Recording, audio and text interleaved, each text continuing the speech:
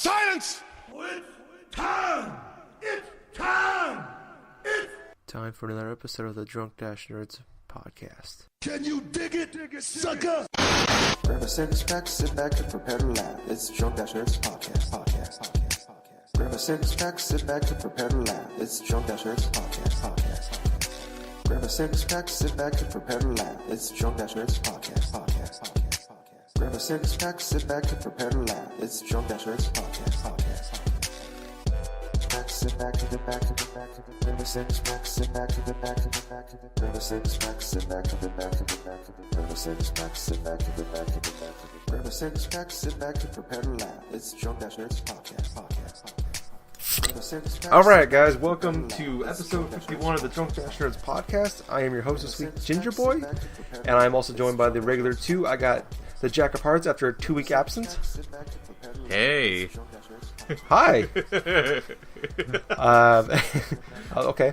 And I said we'd make the intros quick. Don't be that quick. But anyways, we're also joined by our fearless leader, Knuckles. Hey, how you doing? What's up? Going on, everybody?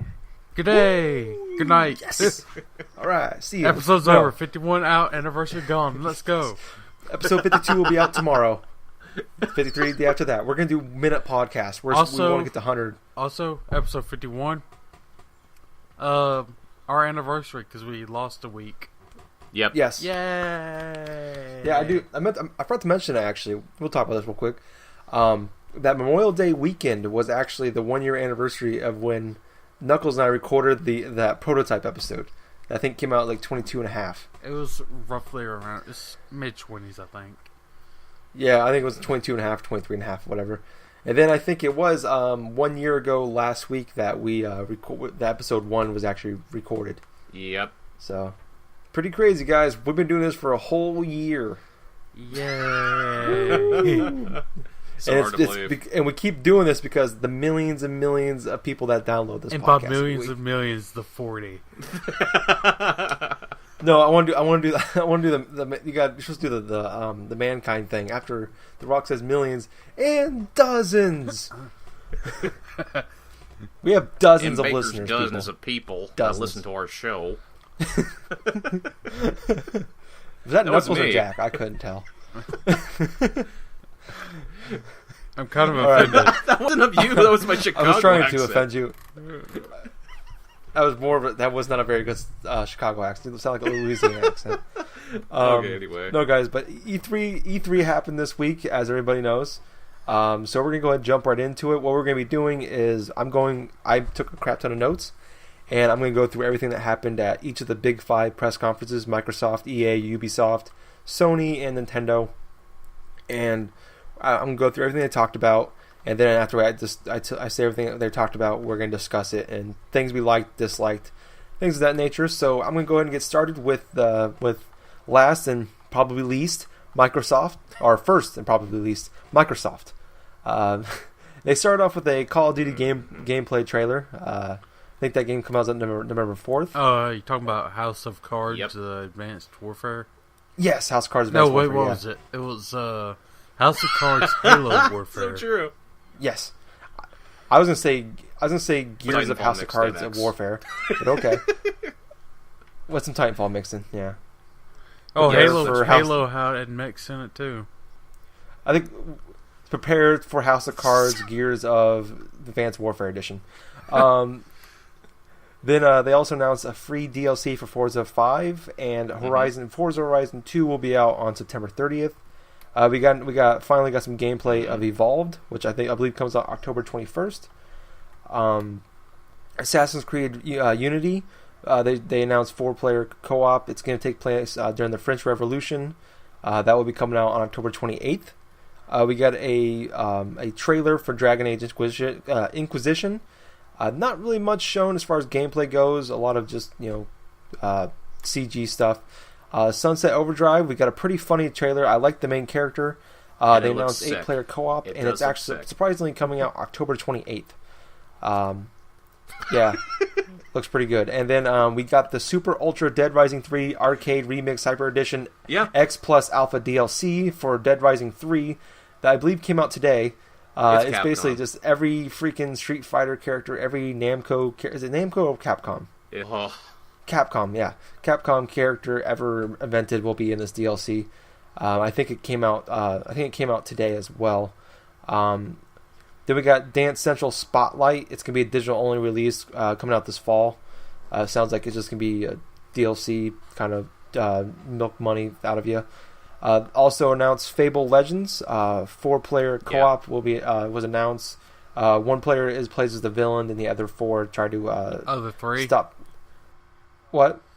Other 3 said 4-player co-op. One person plays as the villain. There's 4 players. I believe it was 4 players were playing, and then there's one person as the villain. It could be 3 players. Actually. Yeah, I think Tyler's actually right. Was it 4 players against the villain? Okay, so it was 5. Yeah, I think it's 4 players and the villain.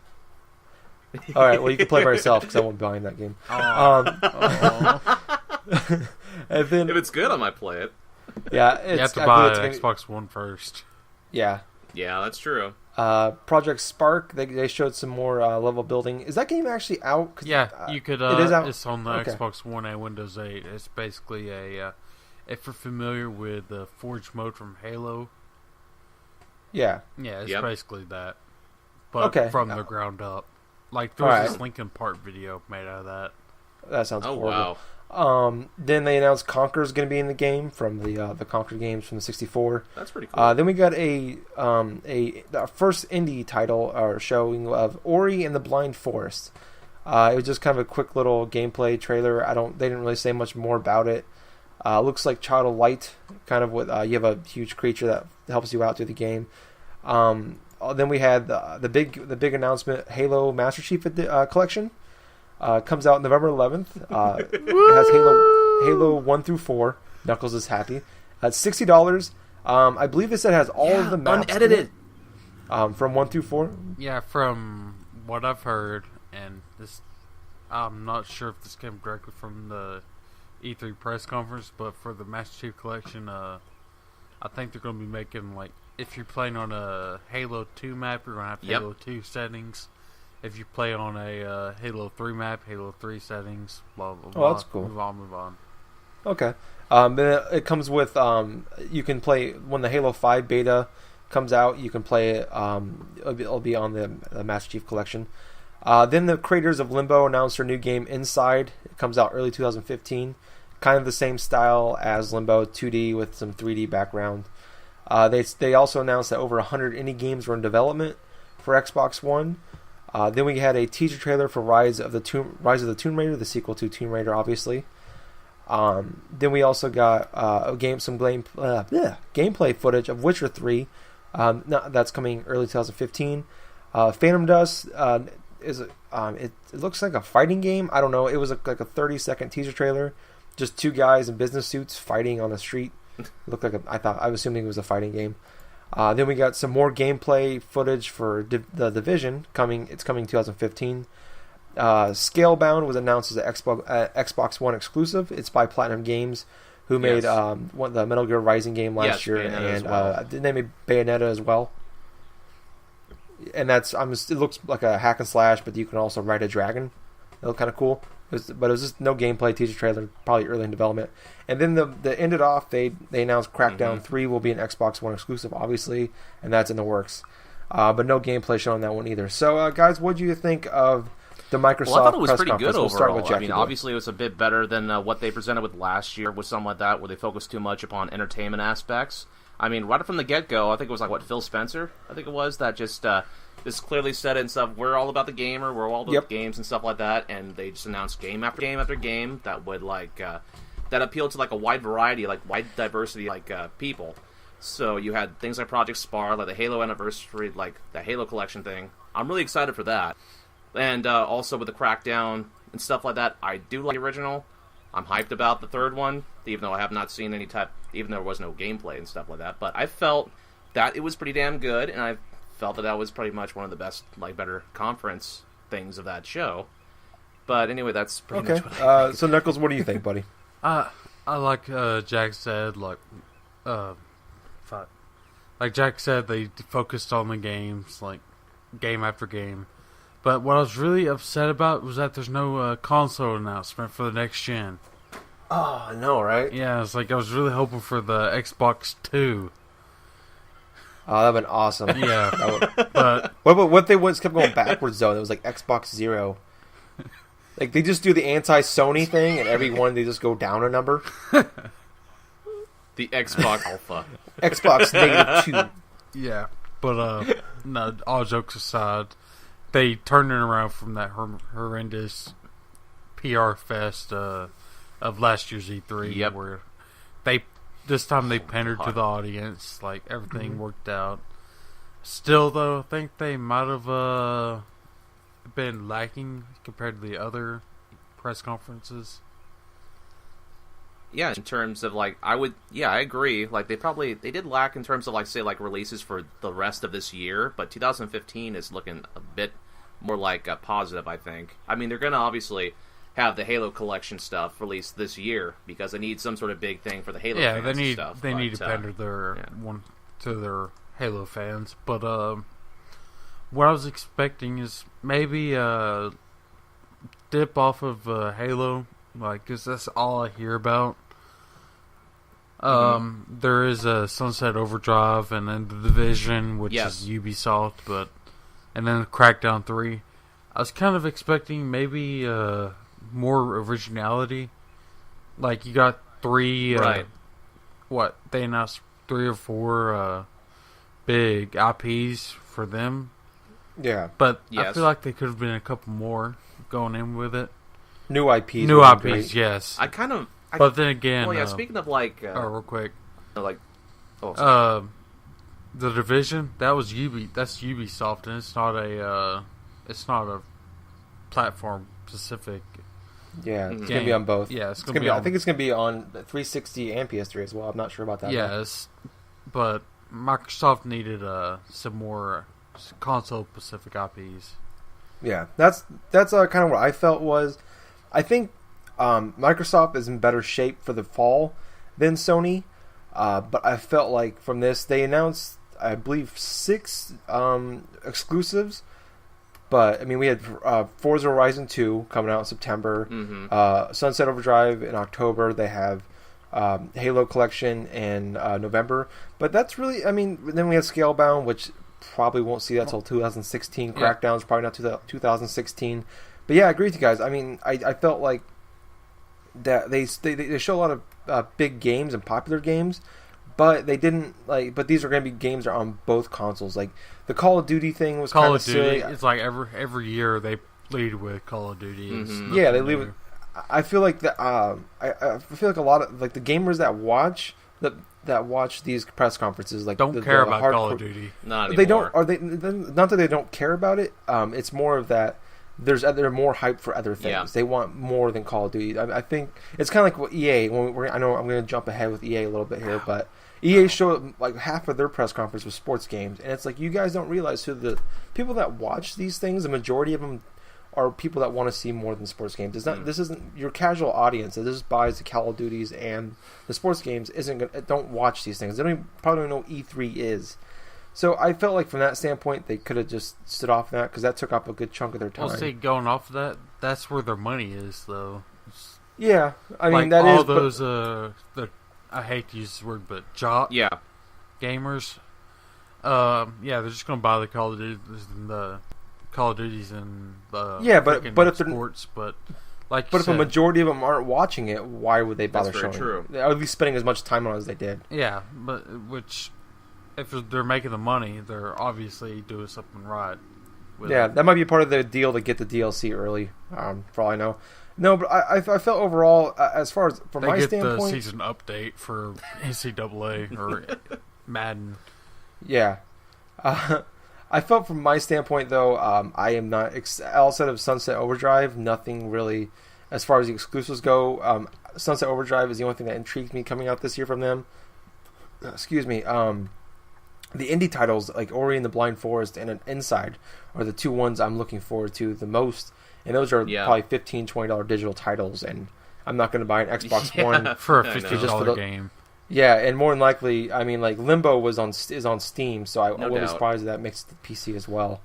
Or since they're indie titles, they're probably going to end up jumping to PS4 sometime soon because Limbo was exclusive, yeah. 360 exclusive was a timed exclusive for a while, and then they released the disc that came with Trials and Explosion Trials Man and whatever, Yep. and I think that was on the PS3 as well. Yeah, it was like a year later. So if that's the case, I can wait a year to play the game, or if it's on Steam You can on the pick same it up time, now. I'll just yeah. But I don't know. Overall, I thought it was kind of weak from my standpoint. But I think I think they're better off in the next 6 months than Sony at this point. But let's go ahead and jump on to the next one with EA. EA started off by they just kind of talked about Star Wars Battlefront 3. They had like a good 3 or 4 minute long video. No real gameplay. They had some concept footage. It looked like it was pretty early in development, but surprisingly, they said spring 2015. I'm betting because they didn't show really anything at all. I'm betting this game gets pushed back to like summer or fall. What game did you say? Battlefront 3. Oh, Star Wars Battle. Oh, okay. Yep. Yeah, Battlefront. And then they went on to Dragon Age. They actually had a really cool violin solo, playing a lady on stage playing a violin to just showing some gameplay to that. I thought that was pretty cool. Wait, did she have pigtails? No, it wasn't. It wasn't that girl you always talk. What's her name? Lindsay Starling? Yeah, it wasn't her. I don't know. She's into the video game world, and that would have made sense that she'd be there. Yeah, but it wasn't. I thought it was gonna be her too, but it wasn't. Then they showed a pretty good. They spent a good chunk of time on Dragon Age Inquisition. They showed some gameplay for the game. They talked about other things you can do. You can pause the battle and micromanage the party. That's how the that first Dragon Age was. Yeah, so it's not like it's more the same from that standpoint. They introduced you to some of the party members that will be in the game. Then they went on to Mass Effect. They didn't really say much. It was another kind of like this Battlefront 3 trailer. It wasn't really a teaser trailer either. It was just basically it was the people that work on the game discussing what they're they're saying they're going to go to some new worlds. They're showing some concept art of some of the worlds you're going to see, but no characters, no video, nothing. It was just the developers talking about the game. So nothing on that end. I bet we won't hear anything about that. Actually, see any gameplay or anything at early as E3 2015. Then they spent way too much time on Sims 4 talking about how your Sims are more emotional than ever. Meaning that we are trying to make up for that Sims Online. Yeah, and that's basically what the big point with this game was, is the fact that your Sims are very emotional people. So that's awesome. Yay! Then I'm not gonna lie, guys. I kind of spaced out during some of this. They talked about UFC is coming out June 17th with Bruce Lee as a playable character. Yeah, because that's what I want in my ground mixed martial arts is karate and kung fu legend. Yeah, I imagine they'll sell some copies. In NHL 15, they talked about it, but they didn't show anything. They just said it's gonna be different. It's gonna be better than ever. That's all they said. Criterion is making the people that make the Need for Speed games and the Burnout Paradise. They're making a brand new IP. It's very early in development. They really don't have anything done for it, but they're going to be able to drive hundreds of different kinds of Mercedes vehicles. They'll not like they're going to have like 4-wheelers, wingsuits, like pretty much anything and everything. It sounds like MX. Oh God, what MotorStorm? No, what's that game where you have like the hook shot thing? Yeah. Just Cause 2. It sounds like Just Cause 2, but without like the shooting. It's just like but driving mainly. Like you have helicopters, airplanes. Things of that nature. It's like crazy over the top driving. Yeah, I don't know what the point of that is though. Interesting. It sounds interesting, but I don't know what the point of it will be though. I want to grapple onto a helicopter from the roof of my car and just get flew off. I just don't know what the point of the game is going to be though. Are you just going to be doing that with your friends and driving around, not doing? I don't know. But it's like I said, it's very early in development. There's nothing really on the game. PGA Tour is back. Comes out spring 2015. You can golf without limits. I guess that's a big deal. Madden 15, they announced August 26th is the release date. I actually cared about this one. They said the defense will be more fun. They're actually making big changes to the defense, and no gameplay was shown, which doesn't really matter. Because if you want gameplay for Madden 15, just look at Madden 14. Then 13. They announced a game called Dawngate, which is a MOBA. It's a top-down action game. They said they pretty much got the best of the best MOBA players and MOBA from the fanatics that work for EA, and they are working on this mobile game. They didn't really say a release date or anything like that. They kind of the same. They did. They went on the Mirror's Edge 2, kind of the same thing as they talked about Star Wars Battlefront 3 and Mass Effect, where they didn't really show us anything. They took some concept footage, and they just talked about it quite a bit. Very early in development as well. FIFA 15 is coming this fall. That was pretty much that one. And then their big one that ended off was Battlefield Hardlines. The demo came out on Tuesday or Monday, and that you can sign up for on there. It's on PS4 only. It's coming October 24th. I didn't get into the beta, unfortunately, but that's a big. It's basically sounds like Payday 2, which is like a cops versus robbers kind of thing. So that's coming out this year. So guys, what did you think of the EA press conference? We'll start with Knuckles this time. Well, like you said, it was mainly announcements and no roll footage, which is actually contradictory to Microsoft. But what you said is like, okay, PGA Tour, we have a ton of golf games already. Madden, don't even need to show that. Just it's there. Yep, it's Madden. FIFA, everyone's going to buy FIFA. It's there. Don't even really have to announce it. Just put it on the shelves, and everyone will know it's there. Yeah. But talking about Battlefront, Dragon Age, I'm really interested in. Battlefront, not really a big fan, but I know a lot of people are. And those type of games, like one of those games, Battlefront on the hand. It's like people wanted that game since the original Xbox. Like that skipped an entire console generation from 2006. I think 2000. Well, I think the last one came out like 2003. Yeah, 2003, 2004. But console generation wise, 2006 to now. This 8 years now.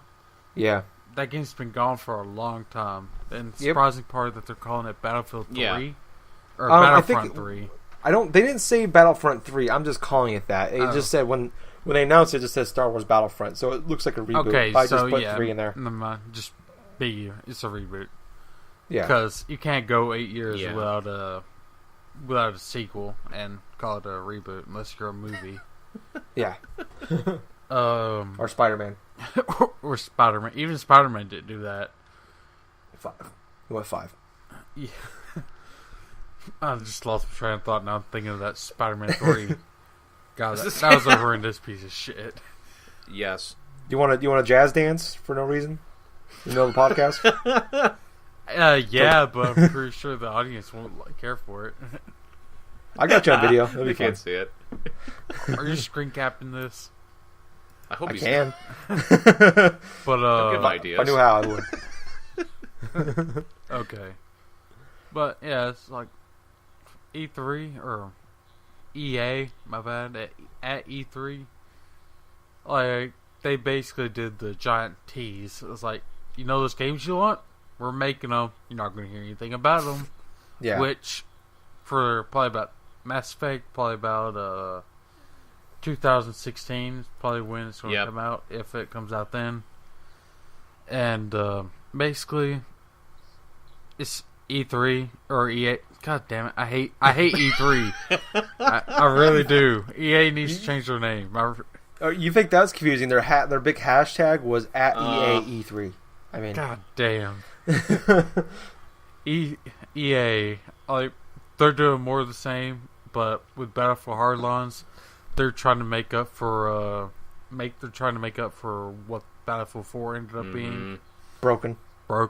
And also Sims Online broken. Yeah. And they're making up for that, and I think they're making up for it too soon. That's why I didn't even try to get into the Hardline beta. Yeah. How about you fix the broken games before you make the sequels to them? Right. That actually doesn't make sense. Why would you do that? Yeah. But, sorry we screwed up. Sorry you spent $100 some odd dollars. You bought all the DLC on this game that didn't work. But here's the sequel. Here's a sequel to the game. They had to release something. It's not going to work. Yeah, it might not work also, either. Fun fact, EA, I actually said it right this time, with Battlefield, has had a horrendous track record with online support. Yeah. Since maybe, what was that? The arcade game, 1943. 1942. Or 1943 is what I'm talking about. Okay. The server support for that game, you could not get on the game with the first 48 hours. That makes sense. Yeah, and it was like, okay, you spent $15 on a game you can't play. And now they revamped that with Battlefield 4. It's like, now you can play it, you just won't enjoy it. Yeah. But for EA's non-first person shooter genre and people life simulator, they're going to be good financially, but people are still going to hate them. Yeah, they got EA Sports. They're good. Yeah. EA Sports, that'll keep your company alive. Yeah, FIFA and Madden are their 2 best-selling games every year, so they're good there.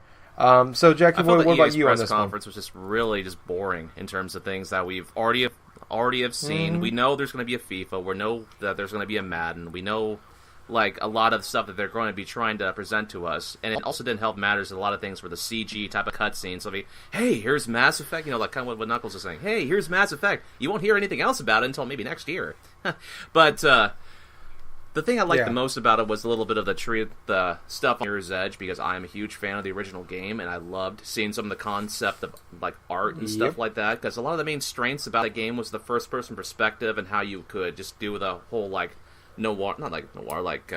parkour stuff, like from wall to wall and stuff like that. It looked really nice, really refined from the little bit of footage that they did show us. But other than that, and maybe Dragon Age Inquisition, there wasn't really much to like dig into. I mean, hell, the stuff with Bruce Lee inside the UFC, yeah, it makes sense considering that UFC was pretty much like formed with the ideas like behind like say like Bruce Lee and stuff like that. But other than that, it's just take it or leave it. I think it was the worst one of these 3 this conference. Yeah, I agree with you. If we were ranking these, this would be 5 out of. This would be the bottom for me out. 5th out of 5.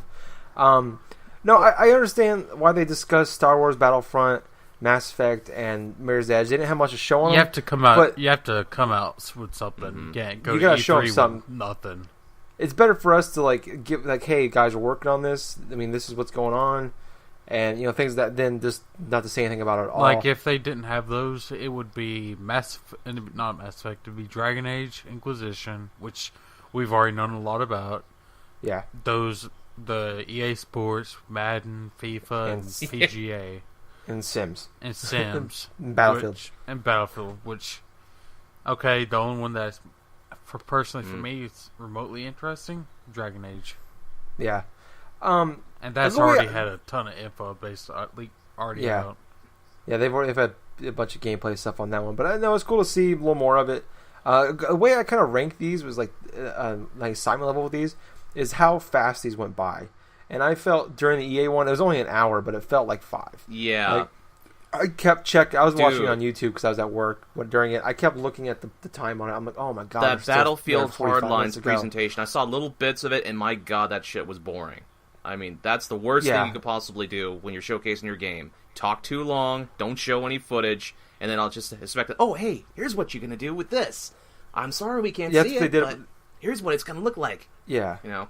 And that's what they did with every single game. Was they talked about they spent 3 or 4 minutes talking about NHL 15, and they didn't even show anything. They just explained why it would be different. No, it's just like when you get in a fight, this fight is going to be realistic.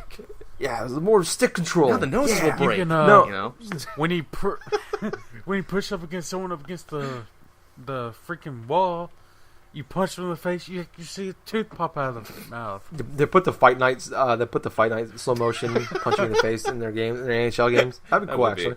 No, I even as a person, I enjoy. You guys know I'm a Madden freak. People that listen know I'm a Madden freak. I didn't even care about Madden.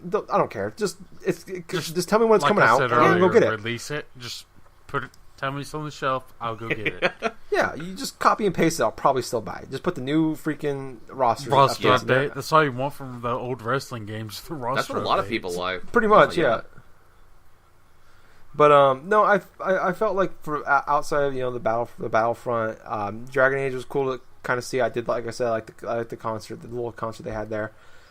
Sims 4, I That was stupid. They literally spent 10 minutes discussing how emotional your Sims are. People like Sims will buy this game. I mean, much like how people like me, like Madden, will buy this game. No, it was just, but like I said, it spent way too much time on sports.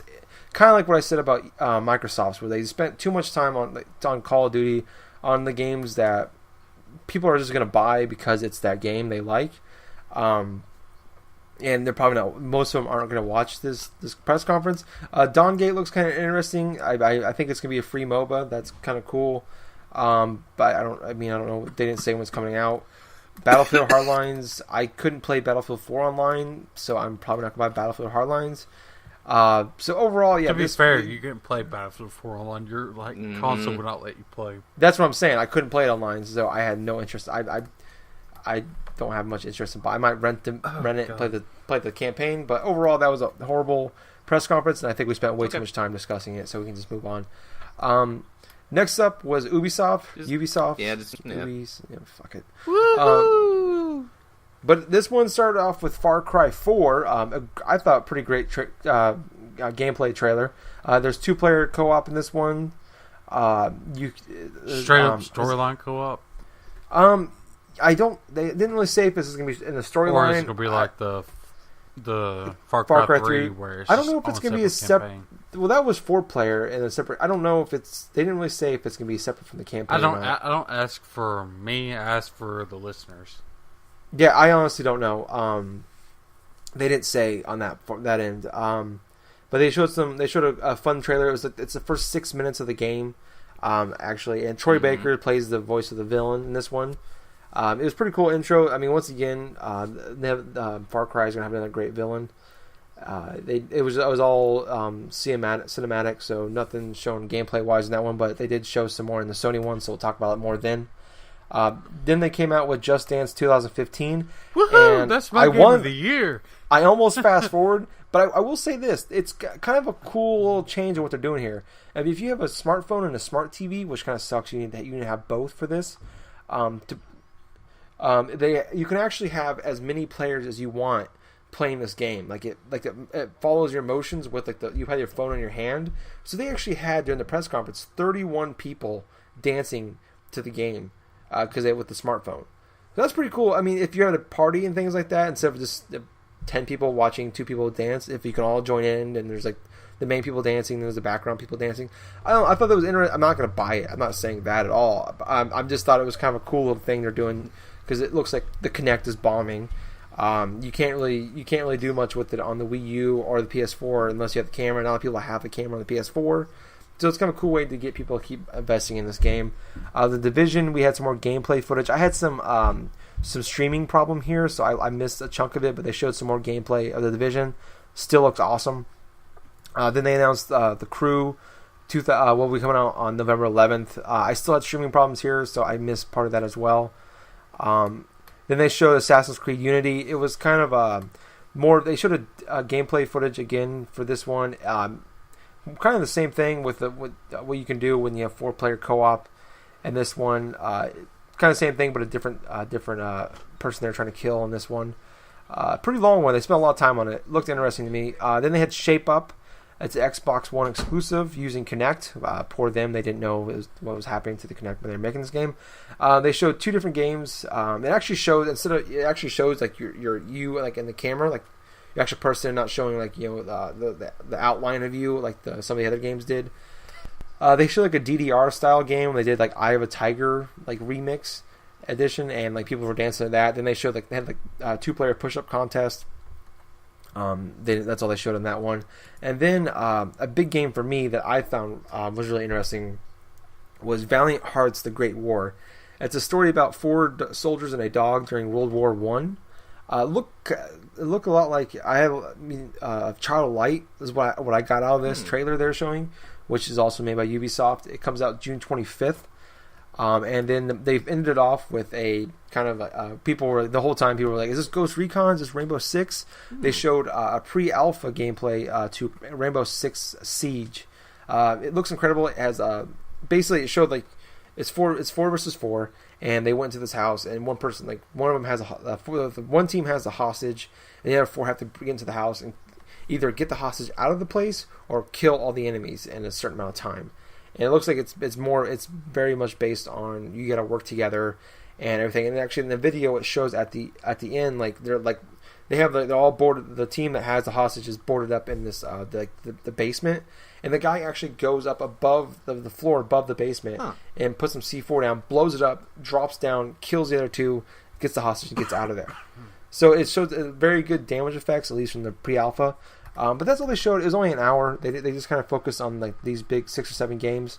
So what did you guys think, though? We'll start with I Jack didn't really get a chance to really watch it to the full extent, the Ubisoft conference and stuff like that, but what I caught was basically just some of the Far Cry 4, the opening cutscene cinematics and stuff, and some bit of the Just Dance. I will agree with you, some of the features, like for Just Dance and stuff like that, that's kind of creative. It's kind of cool to be able to like use your smartphone or something like that to use that, but practicality-wise, I don't really see me using it, or a lot of anybody I would know to use it, because that's really gimmicky. Well, Shaxter is Shaxter, but... Shaxter for Extra Life 2014. He's going to be playing Just Dance. But yeah... 2015? But yeah, guys, Just I mean, Dance just go ahead, just try to pitch this a little bit, like what exactly, what you guys felt about it. Alright. I don't know, I thought overall it was pretty strong. I like the fact that instead of showing... They didn't have a lot to show. They kind of just focused on the big ones. They spent a lot of time on the Far Cry 4. That was like 8 or 9 minutes on Far Cry 4. They just got a trailer out of that one. The Division, they showed the opening trailer for that one. That looks pretty interesting. They didn't have any more gameplay on it because they showed all that at the Microsoft one. Assassin's Creed Unity, I'm sold on that game now. I was very nervous on it. They took out the pirating. I'm curious about the 4-player co-op because I feel like if you have one person that likes to just go Rambo in those games, it's going to ruin the experience. Is it like a part of like the single player type of like campaign, or is that just multiplayer? It's kind of once again like Far Cry. They didn't say. It looks like it's going to be you can have it in the single player. I'll probably play this game unless it's with people I know. I probably just play this game. By myself. Not gonna play with me on that. Yeah, because I know because if we have people.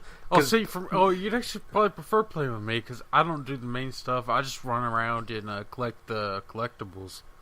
Okay, you can fix my OCD for me. I'll just kill everybody. That works. I don't know. The Shape Up looks like a gimmick game. I don't know how well that's going to go off, especially with the Kinect pretty much going away. The Valiant Hearts, the Great War, that looked incredible to me. I watched more gameplay footage on it afterwards because they didn't show any gameplay footage at the time. Still looks really cool. It's a 2D game, much like Child of Light. I didn't realize it was coming out June 25th. I'm buying that one day one. The Rainbow Six looked really great, but I doubt we're gonna see that game for another 2 years. What do you think though, Knuckles?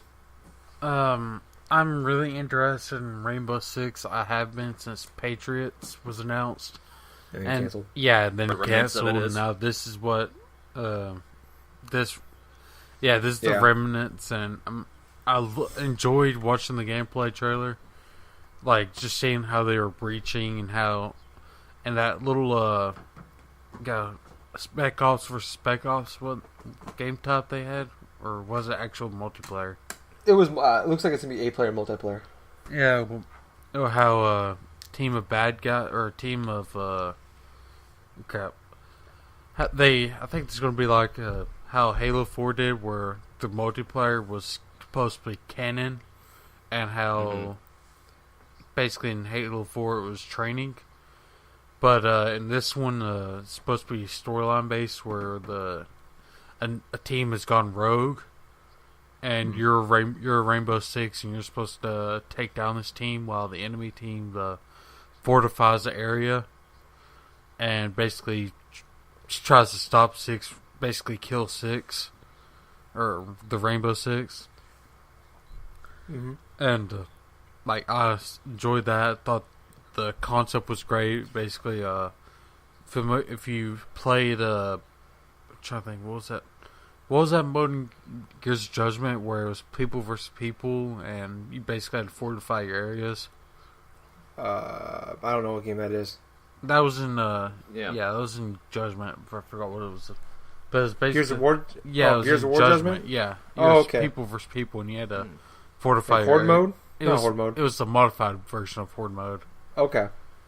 But yeah, it's gonna be 8 versus 8 on that, or 4v4 on that, which I'm okay with because Rainbow Six is more tactical based. It's not like your Call of Duty, or hopefully it won't be, where you take a fucking clip of ammo and go down. It takes forever to go down. Yeah. But waiting for Rainbow Six. Can't wait to play it. The Division looked really awesome. Which we already knew, though. Yeah, which we knew. But I haven't really seen most of the other stuff about it. Like, I know Dance Central's every year. It's like Just Dance. Dance Central, same thing. And one uses smartphones, one uses Kinect. Totally different. Yeah. And if you're an avid Just Dance player and you're pissed off at me saying that it's just like Dance Central, please, I look forward to hearing your complaints at Jacob Morgan. Shaxter's mad at you. Okay. Yeah, look forward to hearing your complaints. Just email me at getalife.fuckoff.org. I get a lot of emails from that account, actually. But I haven't really focused on too much from E3. Like, I wasn't a huge fan of Far Cry 3, so I'm interested in the co-op aspect for Assassin's Creed and Far Cry, but other than that stuff doesn't bother me that well. That doesn't come to me that well. Yeah, but so far out of the 3 press conferences we talked about, there's the other ones. That's the only one I think that has multiple games I'm going to be buying this year. Yeah. Far Cry and Assassin's Creed. And Valiant Hearts. So I'll 3. be written Far Cry. Might be written Assassin's Creed. Yeah, but 3 of those games actually cover out. Valiant Heart will be there. But the next one is Sony's, and this one's 2 hours, and they talk about a lot. So I'm going to take a drink of water real Holy quick. shit, man, that conference was pretty long, though. Mm-hmm. Yeah, I got 2 pages here in notes. So I'm going to go through it real quick. They start off with Destiny. They showed a story trailer for it. There's gonna be at launch. You can buy a bundle with a white PS4 on September 9th when the game releases. There's a beta this weekend only. So when this releases, you've already missed the deadline to sign up for it. But I got in, so yes. But the beta will start if you pre-order the game on July 17th. Which I know Knuckles did finally sign up for the beta yesterday. No, that is a lie. That is a fucking lie. You didn't get in yet? No, that's not the lie. I had pre-ordered the game long before they offered the beta couldn't get access. Yeah. So I had to pre-order the game again on Amazon to get the beta. I told him the trick that I did a few months ago, where I canceled my pre-order. This is what you do, people. You go on Amazon, pre-order the game. They'll email you a code for the beta. You sign into the beta. You cancel your pre-order on Amazon if you're not going to get on Amazon, or you're not going to pre-order it, or you're not planning on buying it yet. You cancel it there, and you're still in the beta. But the beta starts on July 17th. I should have a chance this weekend to play the alpha, though, and I'll talk about that next week. Then we finally got some gameplay trailer on Order 1886, and they announced that'll be coming out on February 20, 2015. Then we got a interesting game called Entwined.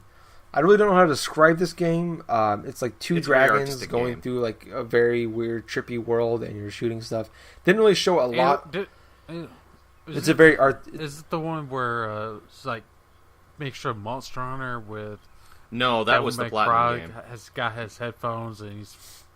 No, that was for the Xbox One. That was a Platinum game. Yeah. Let me look up what that was again. That was Scalebound. Was that? Yeah, that was Scalebound. My bad.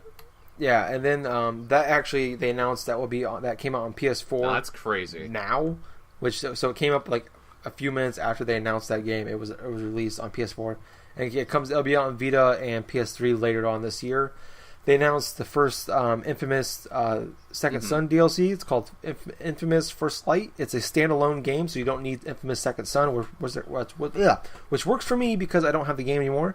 It'll be out this August, and it focuses on Fetch, who was the woman on in your team in the game. And then Little Big Planet 3 was shockingly announced, and they spent a good chunk of time on this one with a gameplay trailer. Looked really fun. It's four-player co-op. They have some new characters introduced. It's coming out this November, which really surprised me. And they said that they're going to be bringing 8.7 million user-created levels from Little Big Planet 1 and 2 will be in this game as well to play. And they remade the game, so remade the levels, so they're gonna look just as good as all the other levels, and they're not gonna look like PS3 games. Then they announced. I'm assuming this was Project Beast from the software company, From Software, which is the name. I hate that name because it confuses me every time. But they make Dark Souls and Demon Souls and a few other games. But this game is called Bloodborne. No gameplay was shown, but it was a teaser trailer. It's coming 2015. Looks like they had zombies, and then it's like some weird creature came up behind. It looks like it's going to be like olden days, like 1400s, 1500s. Mm-hmm. It's the style it's going for anyways. Then we get some more Far Cry 4 gameplay, and this one has drop in, drop out 2-player co-op. And like it was pretty crazy. They went and they attacked this camp, and these elephants came in and like destroyed all these guys. And they announced exclusively on PS3 and PS4 that a second player can join your game in Far Cry 4 without owning the game. So if I own the game and Knuckles didn't, he can join my game and play it with me. I don't know. I bet there's going to be like some sort of time limit where they can't play the whole game with me. It has to be restricted in some way because I don't see it being unlimited. Yeah, but you get no trophies, but you can play.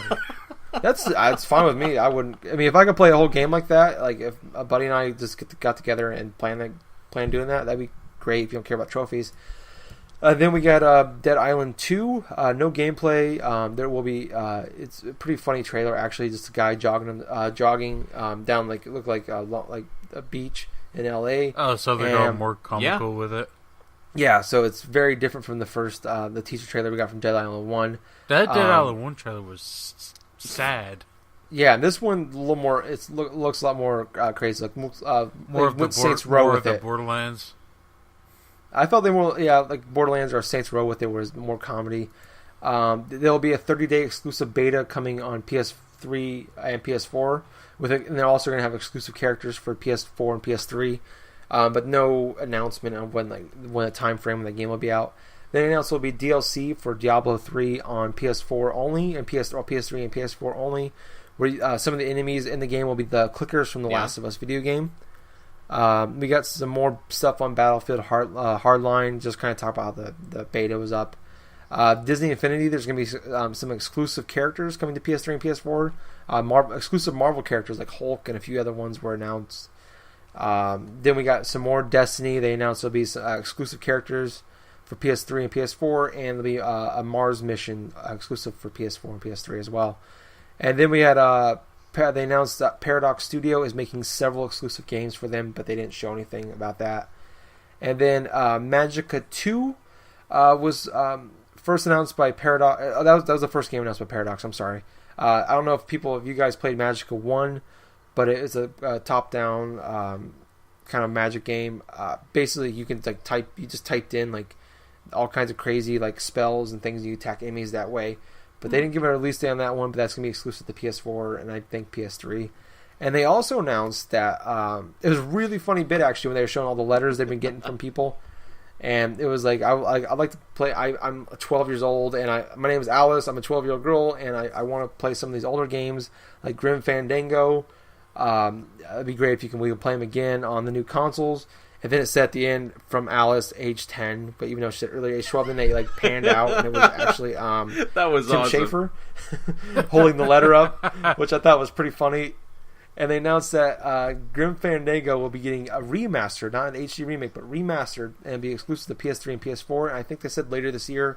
Don't quote me on that.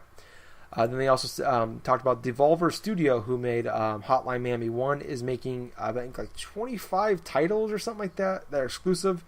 Some of the ones they showed were Broforce, Titanfall, not a herp. I typed that in wrong. Not a herp, I think is what. That's why I have it. Have you seen Broforce? Not a hero. I've seen What? Broforce. I saw it was in the montage. I couldn't. It's basically it's making fun of the 80s action movies. But it plays like Contra mixed with Minecraft. That looks awesome. And by Minecraft, I mean totally destructible environment, like all awesome. 8-bit style. Okay. And it's a fun game. You can check videos off of it. It's on Steam right now. Oh, okay. But they also said I think it's on Steam anyway. Don't quote me. Okay. Not a herp. I meant to put Not a Hero. It's so Not a Hero is another one. Hotline Miami 2, and Talos, all exclusive to PS4 and Vita. Then they announced Let It Die. It's a PS4 exclusive. It looks like a very violent online game where you like actually like ripping people in half with chainsaws. I don't know if it's online, but it showed like everybody had like a level above their head. So I'm assuming it was an online part. I thought it was Manhunt 3, but it's not. It's just called Let It Die. But it looks like Manhunt 1 and 2 if you guys remember that game. And then from the creators of Journey, they announced an exclusive for PS4 called Abzu, ABZU. I don't know even how to describe this game, but you're underwater and you're just Jack. Would you want to try to explain that game? Because I don't know how to explain that. Let's see. With Abzu, it seems like one of those other type of art games. I mean, with this particular studio and stuff like that, who were responsible for Journey and stuff, they're known for making these type of environmental type of exploring type of games and stuff like that. Just really more or less like what the player is doing to discover and stuff, with the gaming objectives. It's not a traditional game in a traditional game sense. But with this one, you're controlling some sea creature, just going around exploring the terrains down below and stuff. It looks interesting though, but I really need just to try it just in order to see how it is. I mean, it's just one of those games. Yeah, it looks like, but it has the same art style as Journey as well. And then my big surprise for me was No Man's Sky. Was they finally showed some gameplay footage on it, and they said that every person that plays this game will be different. Will have a completely different game experience, and everybody will start on their own planet. Still don't really know much about what the game will be, other than you're flying in a spaceship. We don't know if there's a shooting game. Star Fox. Yeah, but I don't know if it's gonna be like Star Fox, but they did show that. That looked pretty interesting. That's a PS4 exclusive. They talked about. Then we kind of went to a down slope here for a good 20 minutes, where they kind of got more business with it. Yeah. They mentioned Project Morpheus, and all they really said that there's gonna be some playable demos like Jurassic Encounter and Valkyrie at E3 to play. Demos of those to play, and then they announced YouTube is coming later this year for PS4, and you can actually, which is actually pretty cool. What they're doing with this one is you can actually. With the games you share, instead you can actually put them on edit them on your PS4 and put them on your YouTube account, kind of like you can kind of do right now with the Wii U with Mario Kart 8. Then they mentioned the Playroom that's coming this summer. I honestly don't know what this is, but it looks you need the camera. Yeah, if you have a PS4, Playroom's already installed on it. Yeah, well, no, there's updates coming. And there's updates, but if you have camera, basically you control little robots. You shake your controller, little robot sounds like little squeaks come from your controller. Yeah, and your camera can do some make them appear on your floor and stuff, kind of like what the 3DS does. Some of the AR cards and stuff like that. Games. Yeah, something like that. But then they announced that there's 25 free-to-play games coming in the next 12 months to the PS4, PlanetSide 2 and Kingdoms Under Fire 2, and they just kind of showed a quick montage of that. I didn't really have a chance to type down all the games they were announcing. Then they went into starting to talk about PlayStation Now. An open beta will start on July 31st for US and Canada only on PS4, and the first games will be on, at least in the beta, will be PS3 games only. PlayStation Now will also be on the Sony TVs, on select Sony TVs. You only need a DualShock 3, and there'll be over 100 games to start off with. And then they said later on this year they'll announce subscription fees and pricing and everything like that. So that's good that they avoided that at their conference. Yeah, I imagine I know they wanted to release it in the summer, but it's probably smart to just do an open beta and kind of go from there. I imagine they don't have as much data as they want. And then they kind of went to talk about Vita for a little bit. They talked about Tales of Borderland and Minecraft are coming to the Vita, and they said it's gonna be the full console edition of Minecraft will be coming, not like the port like on the iPad. And there's another $20 gone from Knuckles' pocket. And then they talked about, they actually announced PlayStation TV, which I completely forgot about this existed. It took me a minute to figure out what they were talking about. It's coming to North America this fall. It'll be $100, or you can buy a bundle for $140.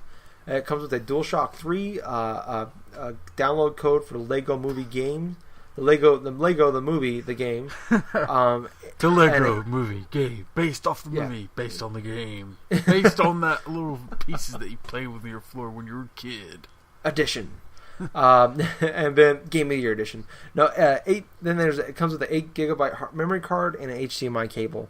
Not sure what we need the memory card for, because I thought it was gonna be streaming. You're streaming it mostly, but I'm sure they'll announce more later on that one. And then they finally showed some gameplay footage from Mortal Kombat X.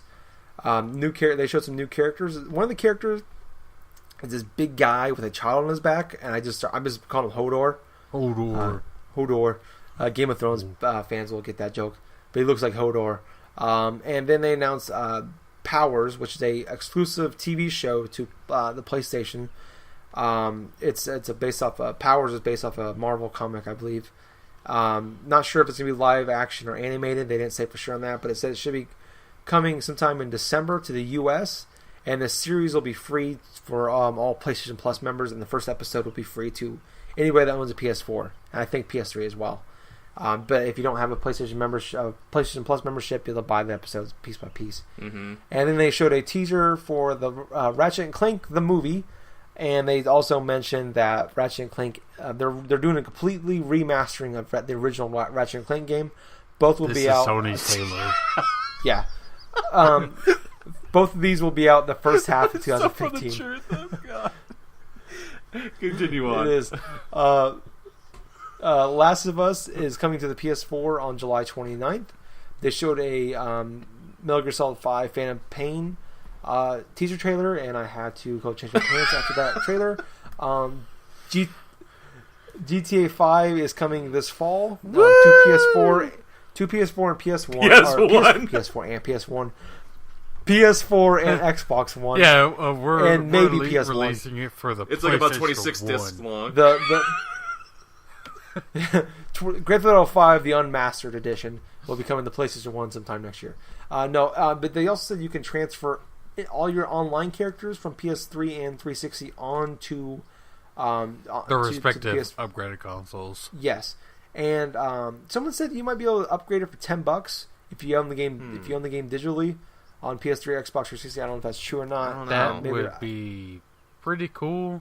If you own a digital, it's going to be a digital thing, but I don't know if that's true. Yeah. I don't know if someone's spitballing or not. I haven't heard about that yet. Someone brought up, and then they said there's going to be some. They said there's going to be some PS4 exclusives coming for GTA 5. So it made the decision extremely difficult which console to buy for Knuckles. And then Batman Arkham Knight, we got some gameplay trailer mainly showing them driving around in the Batmobile. Then they announced there'll be some side missions called Scarecrow Nightmare coming to PS4 and PS3 only. And then they ended it off, finally, so I can take a breath. Uncharted 4, The Thief's End, a teaser trailer for that. Spoiler alert, Drake dies at the end.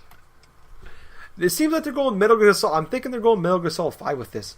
It's like, now he looks like he's like 10 years older and Sully's still alive. I'm not sure how that is because he's like 70 in the other games. But yeah, it sounds like they're saying this might be the last game. He was 65, okay? Okay, so he might... I don't know. He could have been in his 50s. So, anyways, yeah, so that will be coming in next year, and it sounds like it's be the last game for Nathan Drake. But overall, what did you guys think? Knuckles, we'll start with you. Well, I got really kind of excited and kind of just like, okay, with Uncharted 4. I didn't finish Uncharted 3, but I might actually go back now with PlayStation Now. Well, you gotta. If you have PlayStation Plus, you got it for free. Yeah, you're right. I do have it downloaded, don't I? Yeah. But I might go back and play that eventually. Now that Uncharted 4 is announced, but I like what they were doing. They, like you said, went a little too long. I liked how they talked about the. I was about to say Oculus Rift, but Project Morpheus. That's it. Even though I said I had caught myself, I was about to say it again. But I like how they started talking about Project Morpheus, and I know Microsoft is working on their VR headset, but if they had announced that, I know it would have been up shit creek again. Yep. But yeah, I like the games. Crap, what was I say? Ratchet and Clank never got a chance to play it, and now it's coming to PS4. I'll probably pick it up. Same here. And overall, I think they did really good. I think Sony came in a close second at the end. Okay. What was your number one then? Ubisoft with The Division and Rainbow Six. Okay. And Jackie Boy, what about you? Well, starting off, I did like the the Destiny thing right in the beginning of the press conference and stuff like that. I like how there are certain exclusive things to the PS4 because it tells the consumer and stuff, hey, if you want Destiny, you want the definitive experience, get it on the PS4. And here's a bundle, here's this and stuff. It's white, it's nice looking, hey. Plus you get 30 days of like PSN Plus. If you haven't had it, it's... But I thought that the press conference was strong, but it really did start to slow down right in the middle when they were talking about the entertainment stuff, plus the Little Big Planet 3 demo. I mean, yes, I thought it was awkwardly like unveiled too, because it just came right out of left field. It just didn't have any type of setup to it, and it's like all of a sudden the lights go back on and Little Big Planet 3 is on the screen and stuff. You have 4 players right there. See, what they could have done with that is have during like the down period, like have the lights go out and have those little God, I was about to say sack people, yeah. but Sackboy, Sackboy. yeah, Sackboy, like just like come out of the screen like that, just tip his head over into the crowd, like suddenly crowd probably start cheering. It's like as the guy's still talking, that like not knowing what's going on, play that up a bit, and then have him run across the screen, and then have the guy talking look up at the screen. It's like, what are y'all cheering about? Thank you for cheering about me. Thank you for cheering about me. And then lights come back on, and you just see Sackboy drag the Little Big Planet sign over to the middle of the screen. Yeah, because it was like the way it started. Like the lights were out after they talked about Infamous, and it was just like there's 4 people standing on the stage, and all of a sudden, Little Bit Planet 3. So yeah, they did. The crowd went crazy. Don't get me wrong. Oh yeah, I knew the crowd was happy about it, but it was just kind of like crazy. If you look at like all the ways they unveiled everything else, like the Order 1886 gameplay trailer, you didn't know what it was until after the trailer was over. But I mean, I guess there's not really a good way to you can't really hide what Sackboy is. Everybody knows what Sackboy is, right? So I guess probably the best way for them to unveil it was just to say, hey, a little bit. Yeah, I know, so, but I don't know. Also the gameplay demo itself was like really awkwardly and stuff. I mean, I believe that it was kind of a hindrance in a way to present a Little Big Planet 3 because they presented a lot of some of the nagging problems and stuff in the previous games, like the floaty controls and the other things. And it also didn't help matters that they just pretty much kept messing up and stuff like that every time to do it. Yeah, this was actually for once a legit live demo. Like I hate most places when they do press conferences, like it's people on the stage pretending they're playing the game. This one was legit, and these guys kept screwing up. I know, but I do like that they're actually going with a foray of having different types of characters, different types of ways to solve specific puzzles and stuff, like introducing characters like a dog-like creature like Oddsock and stuff, plus this big old sack per toggle where he just increases and decreases his size, this mass and stuff like that in order to advance past certain objectives and stuff. Plus the whole the bird character Swoop, how you can just carry people across the map and stuff. I could see that as a potential co-op aid and stuff if you're playing with someone who doesn't play too much platformers or something like that. That being a good way to have them do this and stuff like that. But other games, other stuff like that. I thought that the Far Cry 4 gameplay stuff and the Arkham Knight gameplay stuff, both of those were absolutely fantastic, I thought, because they showed a lot of types that they especially can do, a lot of action, a lot of things that you will see in the games, especially with Far Cry 4 and stuff. Well, freaking elephants just wreaking havoc upon the freaking guards in that one fortress, and how you can just liberate it by a combination of doing this, awesome. Setting out pretty much a chain reaction. Just doing this, and all of a sudden the base is instantly liberated and stuff. But for Batman Arkham Knight, I just loved how fluid the game looked, and it looked so smooth in terms of the gameplay, because you see Batman instead of his Batmobile going up a freaking staircase, right? Just crash through the railing and stuff, and that's because it presents something that I've always had a little pet peeve about in certain games, where you would just try to drive up certain places and you can't do it because you're always going into some sort of invisible wall or something like that. But it seems like inside this game, it's actual like open worldness type of things where things are like kind of not just fully destructible, but just like destructible to a point where, oh hey, that looks pretty damn cool and stuff. And this really looks like it's the open world type of Batman game that Arkham City was trying to be like, but this one feels more fleshed out.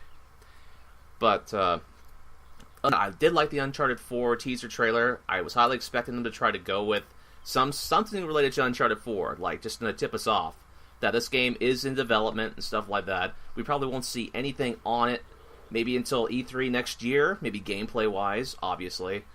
But the Metal Gear Solid 5 trailer, like the Phantom Pain, that was such a weird-ass, trailer thing. I mean, it was awesome in its own way, though, but it was just kind of crazy, like, Snake's going here, doing this, and all of a sudden he takes the ashes of one of his, like, comrades or something like that, just starts wiping on his face, like, what the fuck is he doing? Welcome to Metal Gear Solid, people.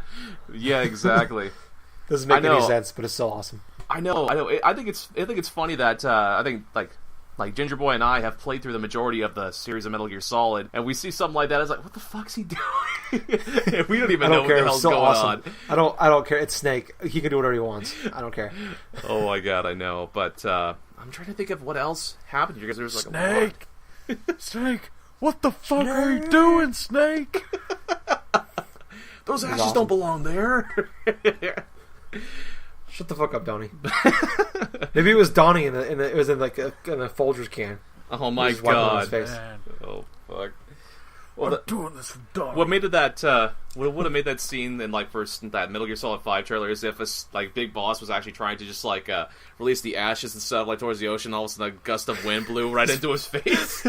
Flies back into like the people behind his face. I would have just died. Like laughing. Revolver Ocelots is standing behind him. We're getting off track. But anyway, I felt the Sony press conference as a whole, it did have its slowdown points, and that's why I kind of felt that I kind of felt like the Microsoft thing did a better job in terms of like saying exclusive stuff that's going to be released for the rest of the year. Because a lot of what the PS4, like what Sony did with the PS4 game-wise, was not a lot of these games are going to be coming out like exclusive-wise for the rest of this year. You have a lot of 2015 and beyond stuff.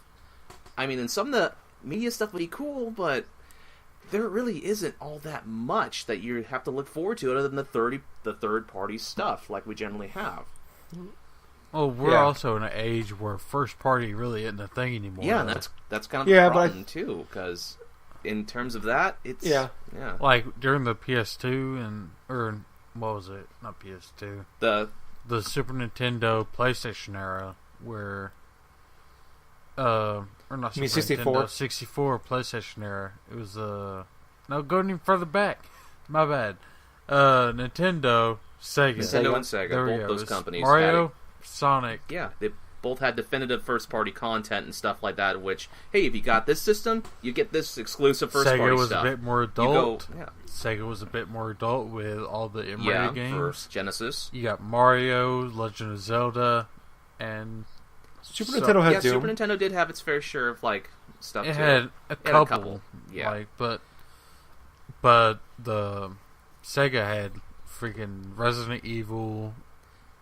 Anyway, what Sega had Resident Evil. No, it didn't. It was Resident Evil 1 came out on PlayStation 1. But what I'm trying to get at here is, in terms of exclusive-wise for the rest of this year, I felt Microsoft did a better job than Sony in terms of that regard for first-party stuff. But other than that, I felt that Sony's press conference was really solid. But anyway. Yeah. For me, I would rate, if I'm ranking this, I would put Sony number 1, Nintendo number 2, Ubisoft 3, Microsoft 4, and EA like 27th or something. No, I felt over what I liked a lot about this conference was, really the big game you have from them so far now is Little Big Planet 3 as exclusives go. But everything that they talked about in this press conference was either exclusive game or there was something exclusive coming to PlayStation. Either with a character, missions, but Far Cry 4 only you can play co-op with a person who doesn't have a disc. That's what I think the next 6 months looks kind of weak, but I don't need any more. For me personally, I don't need any more exclusive games coming out that I want to buy. I already have like 10 games I want to buy this year. I don't need any more. Okay. We don't need any more. Yeah, we're good. Knuckles and I talked about this for like an hour yesterday. Just looking at October alone, Like we need like $600 to buy all the games we want to play in October. So I'm not even to get a chance to play all of them either. Just to get them all. It'd be ridiculous. So I'm good for the rest of the year as far as games go. But that's my personal standpoint. But I think if you're wanting to play some of these big exclusives as on the Sony exclusives, you're kind of screwed from that standpoint. I thought Destiny looked pretty cool. I'm glad we finally got a date on the beta. Order 1886 finally got a gameplay trailer on that. Looked incredible. I thought that was going to be Resident Evil 7. Going back in the olden days or something, Resident Evil 7. That looked incredible. I was pretty excited about that. Entwine looks interesting. I don't know if I'm going to wait to hear some reviews on that before I pick it up. A Little Bit Planet 3. I played a little bit Planet 1. I thought it was interesting. I don't know if it's going to be a buy for me, especially with how jam-packed the rest of the year is for me. I don't know if I'm going to buy it, but Bloodborne being a PS4 exclusive from Software looks pretty interesting. I don't know. We don't know much about it, but I'm intrigued. Far Cry 4 again. We've talked about we got Grand Fandango.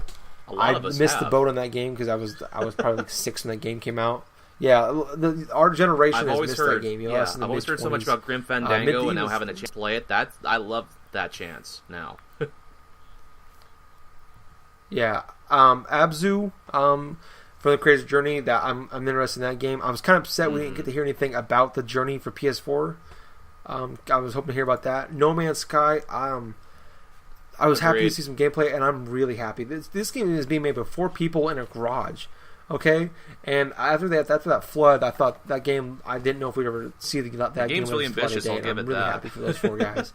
If this game's gonna make it, and that's incredible. I mean, watching the gameplay, that game is actually coming out. Like it's actually like that 4 people made this game, and like that's incredible. Like I've seen games from actual full studios. You make games that weren't even half that, and it took a big dip there. I felt like when they talk about the Vita, the Playroom, PlayStation Now, and all the Project Morpheus, that was like about a good 20-25 minutes. They could condense that down to like 5 or 10. But it was cool to hear about PlayStation Now. It's coming with a beta on the 31st. I'm definitely. I mean, obviously it's free, so I'm gonna check that out. PlayStation TV coming out this fall for US is pretty cool. I don't know if I'm not gonna pick it up. But that's an interesting thing. The Powers, the TV show, I don't care about that either. I'm glad to play. I'm happy to play Ratchet and Clank, the remastered edition again. That's awesome. Overall, like I said, I liked. What I liked the most about them was they just talked about what's coming. They talked about what games are coming, what is a benefit to people that have a Sony console. Real quick, that's why I want to go off topic real quick because you mentioned Ratchet and Clank and that. Took me to something. What is the Ratchet and Clank movie going to be made first party by Sony? I believe it is maybe by the Sony Pictures. Yep, Sony Pictures. Okay, that's one positive. That's one thing in the positive column. Mm-hmm. Did they announce who's going to write it and direct it? I don't know about that. It's supposed to, I imagine they've already have it in the can though, because it will be coming out in the next like 6 to 12 months. So for an animated movie, it takes years to make. I imagine they've already got that announced out there. So I'm not sure, but they said that the people that made Ratchet and Clank are working pretty close with the people making the movie. So I imagine if you're a Ratchet and Clank fan, you're gonna like the movie. Hopefully that's good. Is it live? Yeah. It's a live action movie too, right? No, it's animated. Oh, good. Yeah, I'm really happy about that. Yeah. So I don't know.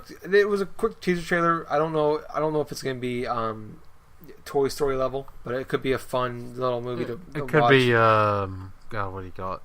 Lego movie. I'd be happy with Lego movie. I love Lego movies, so I'd be good if it's that level. No, but overall, I thought, like I said, I thought it just made director Jerica Cleland. Okay, I have no idea what that is. No, neither do I.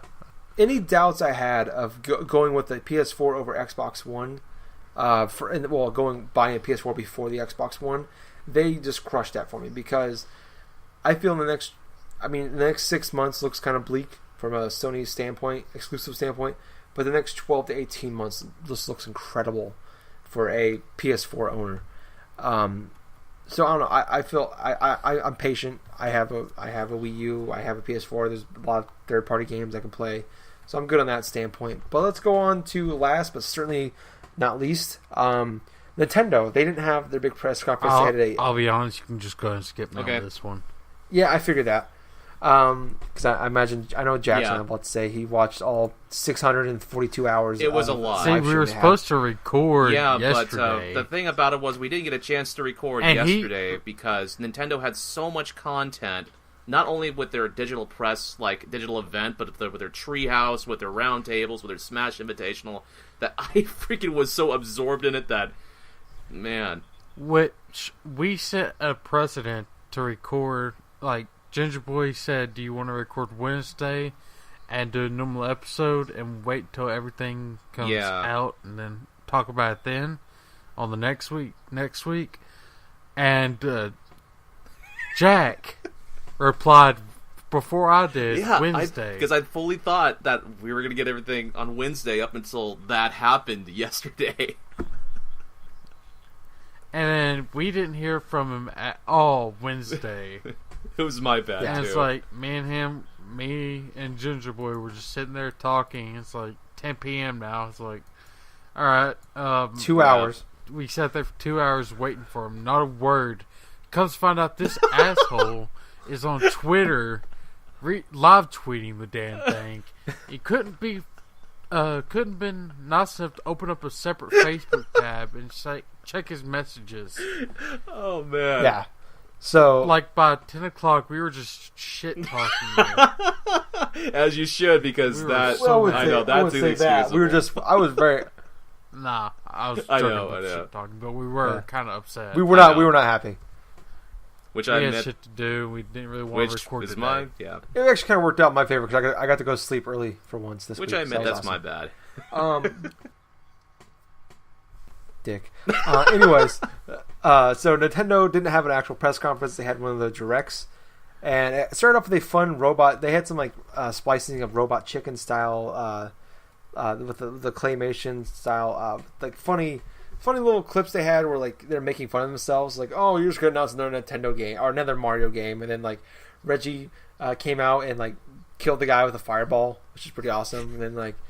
It was pretty sweet. Then they had Reggie versus Iwata in like a live action like Smash Brothers-esque fight that went on for like 5 minutes. It was incredible. Awesome. The whole thing. I had a big grin on my face this entire time.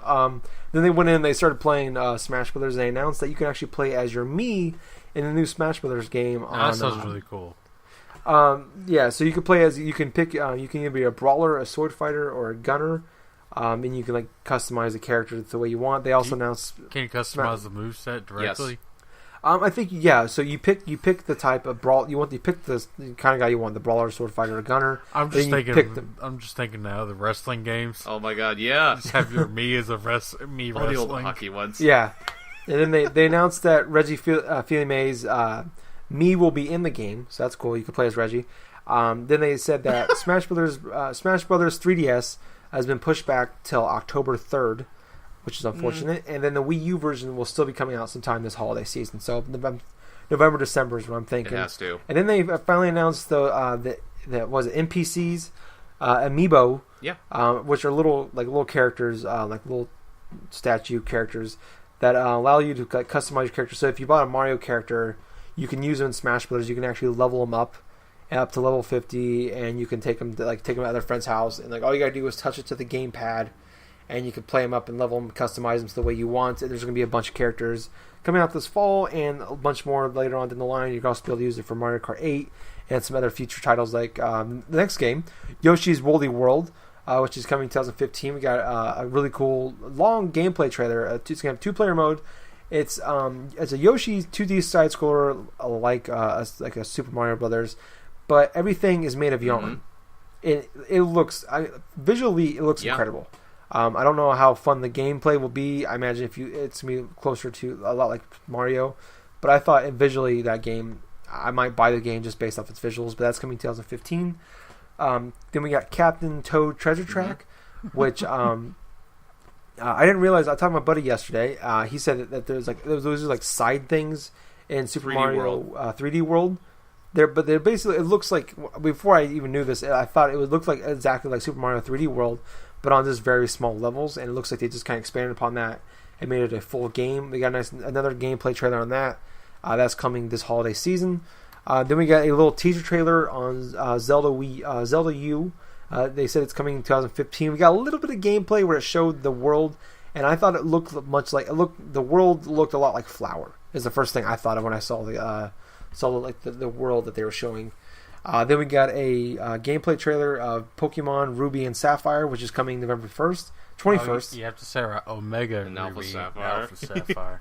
I always forget who's Omega and who's Alpha, whatever. So Pokemon Omega Ruby and Alpha Sapphire are coming November 21st, and it's not just a port, but it's also they made it. It's got the X and Y treatment, and there will be Mega Evolutions in this game as well. Then we had they moved on to Bayonetta 2. It's coming out this October. We got a nice little gameplay trailer of it. It also comes with the first Bayonetta game. And it's not they also made it so it's not just a port of the first Bayonetta. It's actually going to have they've actually done a complete remake of it as far as the controls go. So you can actually use the gamepad in that. You can also dress up as Nintendo characters in the game and use a lot of their move sets. Like it showed you can dress up as Zelda or Link and a few other characters.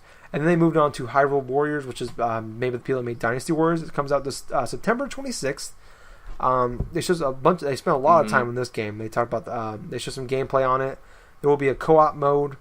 You can also play as Zelda, Impa, or Midna. There are some of the characters from the Zelda world. And excuse me, I take a breath there. They announced Kirby and the Rainbow Curse coming out 2015. Another 2D side-scroller game. I don't really know that they didn't really show them. They didn't really spend a lot of time on that one, but they mentioned that.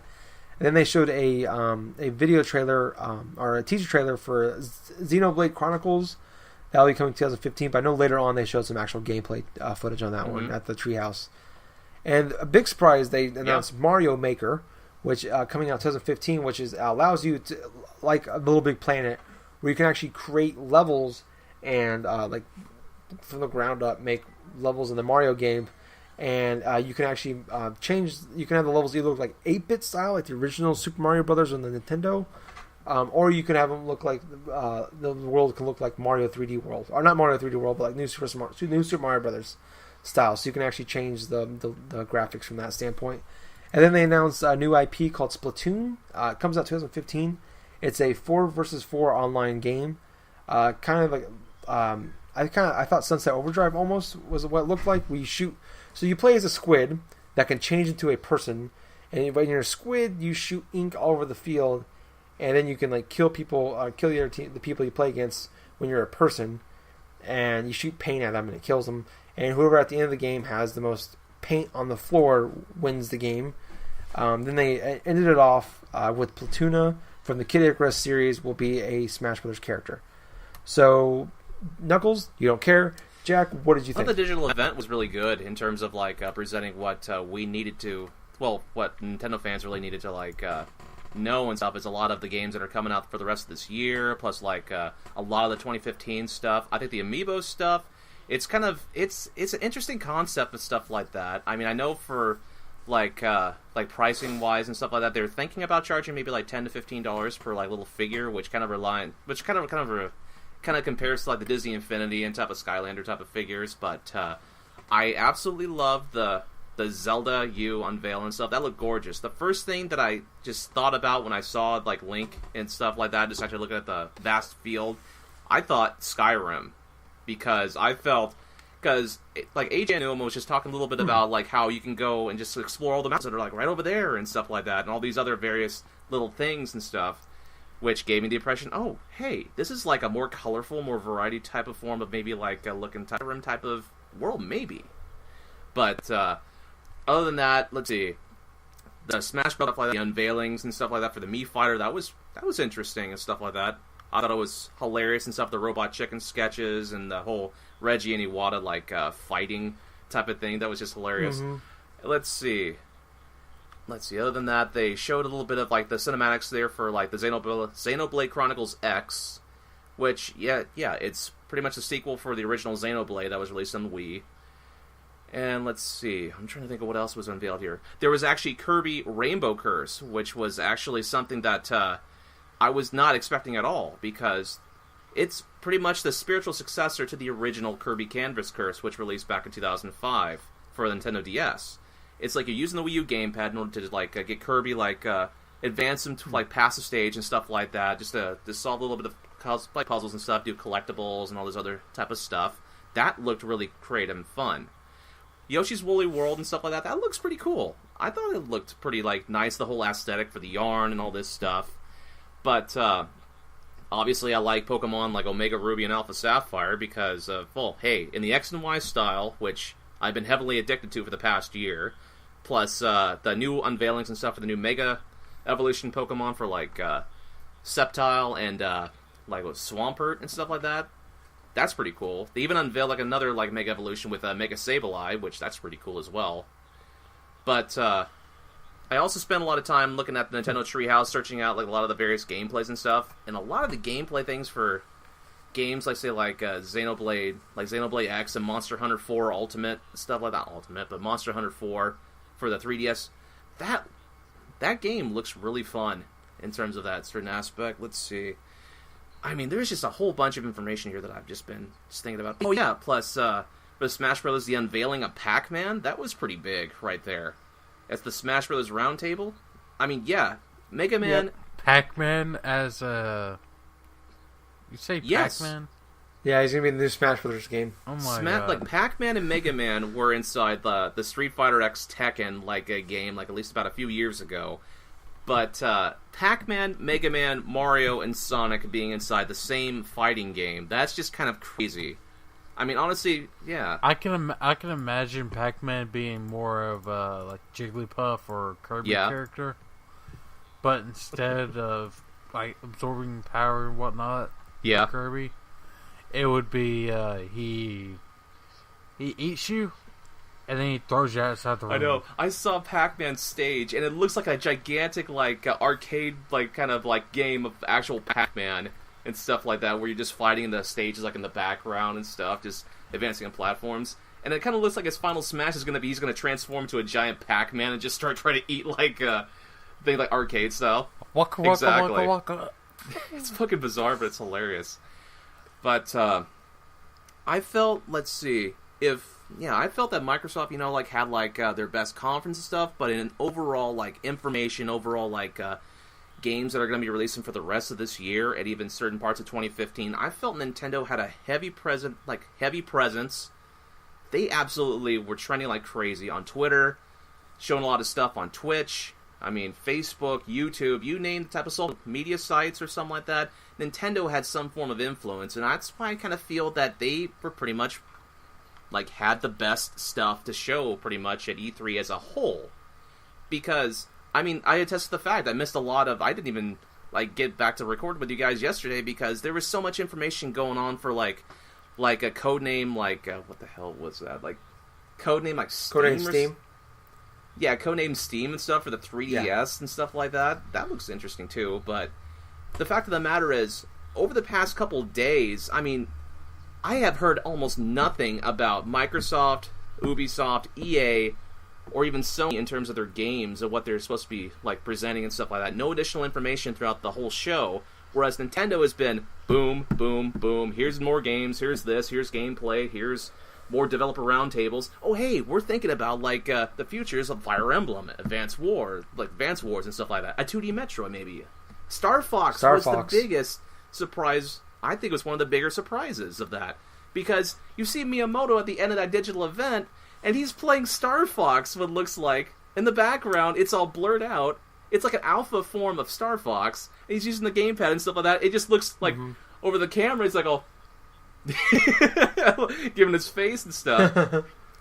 But, yeah. It's like, yep. Yeah, exactly. I mean, other than... Yeah. Yeah, but... overall, no, I thought it was great. I think they did a good job. Unlike what Sony did, I thought they did a great job of talking about what's coming this year and next year. Like we talked about, I think Microsoft was probably the better spot for the next 6 months out of the big three as far as Sony, Nintendo, and Microsoft goes. But I think Nintendo is a very close second, and Sony's a very far away third. But no, I thought it was great. I enjoyed every minute of it. Yeah, I enjoyed the fact it was 45 minutes long. So for my sanity, after about 10 hours of watching E3 coverage and taking notes, I was happy. to see that was only 45 minutes long. No, but the only disappointments I had was the games I wanted to hear the most about. Kind of like the EA one. The games I wanted to hear about, we didn't get a lot on. I was hoping to see some more on Zelda U. So I was hoping, disappointed to hear Smash Bros. 3DS got pushed back to October instead of the summer. I want to. There's a game I want to know about. Do they go into Hyrule Warriors? Yeah, they talked a lot about Hyrule Warriors. Especially with playable that was characters coming out in too. September. I mean, you can control either Link, Impa, like actual Princess Zelda and stuff like that. The whole arcade looking like game there for Hyrule Warriors, that looks pretty good. Oh, yeah. One thing before I'll let you talk some more about it though, but the game that really, actually there's two third-party stuff. Bayonetta 2 with the original Bayonetta packaged in stuff releasing like this October. I watched gameplay of Bayonetta 2. It's fucking nuts. I mean, it's even more nuts than the original. Yeah. Oh, yeah. The original. And that's insane. a huge card. Like if you had a history of epilepsy or seizures, don't play shit. Bayonetta. Yeah, just to play that game. The biggest surprise for third party is the Wii U actually had a third party exclusive. It was right after their whole digital event, and IGN was the one that got the scoop here first. Was Itagaki's new game Devil's Third is coming exclusively for the Wii U. I saw the trailer. That's very violent. That's the weird thing about this. They had like this 45-minute long Nintendo Direct, and then immediately afterwards they had like 15 trailers come out for other games they didn't even talk about, like Mario Party 10 for Wii U's coming. Well, Yu-Gi-Oh! World Duel Carnival coming out for 3DS this September. I mean, there was I got home from work because it happened while I was at work, and I'm just like. I watched the trailer. I'm like, oh, cool, because I avoid spoilers all day at work. I just avoided Twitter and everything like that. And I got home, like, oh, cool, that's pretty cool. And then I looked at all the trailers. I'm like, holy crap, there's like 15 trailers I don't even talked about in the Direct. And then they had the Treehouse thing going on. I think I watched mostly the Splatoon stuff. And the Splatoon stuff, I'm intrigued in, but I feel like to me that game. If that's a full $60 title, at least from what we know right now, we got the one game mode. It's only 4 versus 4. The online experience with Nintendo games isn't that great to me. You can't. I played a little bit of Mario Kart 8. You can't even talk to people during the races. There's no invite system. If you send someone a message, it doesn't tell you someone sent you a message. That I don't know. I want to put a whole $60 down on this game. If it comes out as a $20, $30 there's no title, way. Totally I don't think there's any way that game's going to be coming out for $60. If it did, it has to have a lot of various content multiplayer-wise, I think. Yeah, because we've only got the one gameplay mode, but they said it was probably not going to come out for another 6 to 12 months. I mean, well, I guess, but yeah, it's not coming out until next year. So, then, oh god, what was the other game I was going to talk about? Hyrule Warriors. I'm a little more intrigued in. That looked a little more interesting to me. Mario Maker is another game. That's another game. If it's like a $20, $30 title, a digital title, I'm very interested in that. Because I don't give a shit about building levels. I'm not that person. I don't care about that. But if I can sit there and go like Little Big Planet, I can go on and like play people's created levels. That sounds awesome to me. If I can go on there as Mario and just check out some really cool levels that tells you highest rated levels, that's awesome. I want to do that because I'm totally in for that. If it's like $20, no, but I think overall this is if you like games, this is a great E3. One of the better ones, I think. It's definitely been a better one. It's been really in the past freaking couple years. balanced with all the games that are coming out so close. Like not only towards the end of this year, but like for the next 6 months. It's really cool. I thought, really strong. Yeah. Yeah, very good. A lot better than I thought. This one, I mean, last year was about the consoles. This year is about the games. And I think our first episode ever was actually about E3 2013. And I think one of us said this last year we said the exact same thing last year this one 2013 was about the hardware and what was coming, and next year had to be about the games, and when they brought all of them about the games. I think Nintendo did a great job.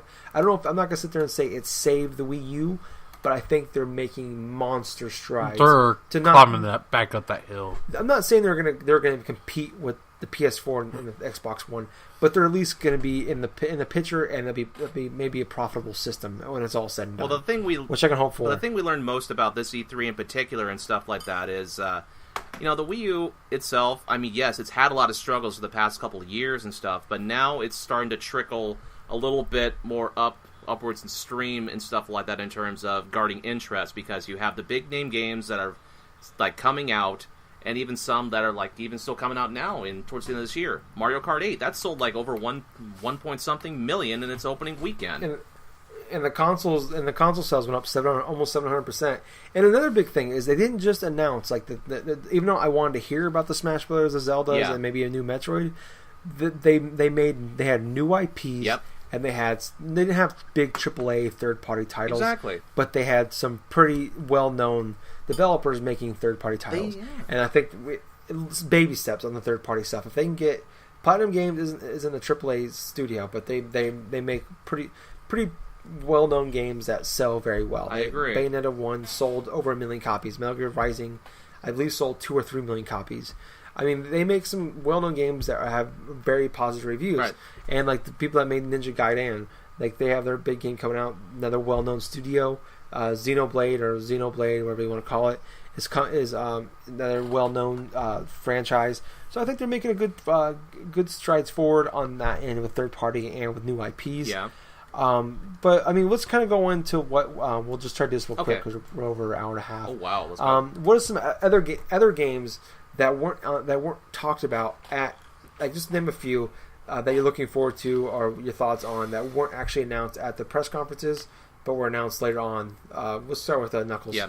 I'll say I'm a bad person to start off with because the games that I'm interested in, they've hit, like Evolve, Dragon Age, freaking Pokemon Omega Ruby, or whatever. Yeah. Sapphire, God. Alpha Sapphire, Jesus Christ. I said Omega Ruby, which would be the one I'm getting. I don't care. I'm just going to flip a coin. But, yeah, I'm a horrible person to talk to about this because they hit all the games, like Destiny, Dragon Age, Pokemon, there's another one, Evolve. God, I forgot what the other one. Like, there's so many games coming up this fall. So many. Yeah, it's like they nailed the games. E3 is great this year. Yeah. Mm-hmm. For me. So, Jackie Boy, what were a few games that weren't talked about at the big press conferences that you're looking forward to or were intrigued by? Well, I know this sounds kind of dumb and stuff like that, but I'm looking forward to that Toad game and stuff, because one of the major gems inside that Super Mario 3D World was being able to explore things as Captain Toad in order to go through the little various levels, because it's like an isometric type of game and stuff where you turn the cameras and stuff like that and do all those various things to collect things. That's coming out this year. I'm looking forward to that. Another thing that I'm looking forward to, I think, oh boy. I mean, it wasn't so much talked outside the press conference and stuff like that, but I am really looking forward to that the Halo Master Chief Collection, only because, hey, I'm an old school Halo fan. I loved playing through the original and so the second you're going one, to the get multiplayer Xbox second One. You're getting Xbox One just to play the 4 games. No. It would be more than just the 4 games. But yeah, anytime... I mean, any other type of games and stuff. I mean, Little Big Planet 3 looks interesting and stuff like that. I mean, I'm not too sure if I'm going to actually buy it this year. Hey, Jack, I'm talking about games that weren't announced I at the know, press I'm conferences. trying to just think. Because all the other type of games that weren't announced at the press conference were like- So you're in the same... for the Nintendo stuff. So you're in the same boat as Knuckles, Yes. and kind of like everything you wanted. Okay. Go ahead, man. For me, there's just a couple. Doom 4, they showed a teaser trailer on, and they announced that they're going to show some gameplay at QuakeCon this year. And Mario Party 10 was announced for Wii U. I don't know man? if You want to know more about Mario Party? because I loved Mario Party 4, and I think the game totally... I haven't liked the game since 7. Yeah. Or I think 6 was the last one I actually enjoyed. I don't like where they took the game. When they took it from a board game to now it's just mini games, I thought the board game was just as fun, if not more fun, than the actual mini games. So I'm hoping maybe they go back to that, but it doesn't look like they're going to do that. I will say I'm not really looking forward to this one as much, but Middle Earth: Shadow of Mordor, that comes out on the exact same day as Dragon Age, looks like an absolute copy of Dragon Age 1. But no, overall though, I mean, pretty much, I'm in the same boat as you guys. That pretty much everything I want to talk about was was talked about in the big press conferences. Yeah. I will say a big disappointment to me so far is Resident Evil 7. Nothing was, even though they said they were going to talk about it, nothing was said on Resident Evil 7. The biggest disappointment that I had inside the show was not so much of like a mention for, say, any type of like, say, Metroid game, or even type of like the remake for Majora's Mask or something like that. But you know what? Even though both those games weren't announced and stuff like that, there was still a hell of a lot of new IPs from Nintendo, and there was a bunch of good stuff that I'm going to be looking forward to in the next 6 months to a year. So you win some, you lose. Yeah. And what about you, Knuckles? Any disappointments this year for you? None. More of the Call of Duty. How Call of Duty is a big thing still at E3, but that's on a personal low level for me. Yeah. But real quick, guys, we'll just name like 2 or 3. What were the big games of the show for you? For me, Valiant Hearts was a big one for me. Smash Brothers, The Division, and No Man's Sky were the games that stuck out to me. What about you, Knuckles? Obviously Halo 5, the Halo Master Chief Collection, Dragon Age Inquisition, Evolve, and Destiny. Cool. And Jack? Notice how I said 3 to 5. And I know exactly why I always do that. So, obviously, No Man's Sky, Batman Arkham Knight, Bayonetta 2. Let's see. Obviously, the Legend of Zelda Wii U game was a big highlight for me. Plus, Pokemon like Omega Ruby and Alpha Sapphire. Alright. Awesome. I think we're going to wrap it up this week, guys. But next week we're going to talk a little bit more about. I played Smash Brothers at Best Buy this week. We'll talk about a little more maybe about the Invitational that happened this week as well. We're way over time this week, but we'll talk about more next week. We've also been playing Mario Kart 8 and Watch Dogs Transistor. Like I said, I'm in the Destiny Alpha, so expect a lot of that next week. So we still have a lot to talk about next week. We just don't want to. Instead of having a 2.5 hour long podcast this week and nothing to talk about next week, I feel like this is the better way to go. But I was your host this week. I was Gingerboy. And before I leave, I got one announcement. Oh, okay. Like, in upcoming weeks, there will be major changes coming to the Drunk Nerds. We are currently we're in the process of looking for content creators, whether it be video game or tech reviews. I know Gingerboy will be kind of happy about that. Yeah. Or if you're into the video content like YouTube, we're looking for, if anything, you can do one-off videos or linear-based storyline content. The point is, if you're looking to expand into the media, we're looking for you to join our crew. And if anyone is interested, please feel free to email me at jacobmorgan@drunk-nerds.com. That JACOBMORGAN @drunk-nerds.com, and I'll get it back to you as soon as I can. All right. And I almost forgot, but we are also on Twitter at drunk_nerds. We are also on Facebook. We have a Facebook group and a page, drunk-nerds on there. So check us out on there if you, and then also review our podcast. We're on iTunes, so leave us a review if you will. 5 stars is great. Jack will give you his credit card number if you give me 5 stars. And I was Gingerboy. I've been Knuckles. And I'm the Jack of Hearts. See you next week, guys. Real quick, follow us on Twitter. I'm five people away from hit 100. Knuckles_DN. Good night, everyone. That's cute. He's under 100. Bye. See ya.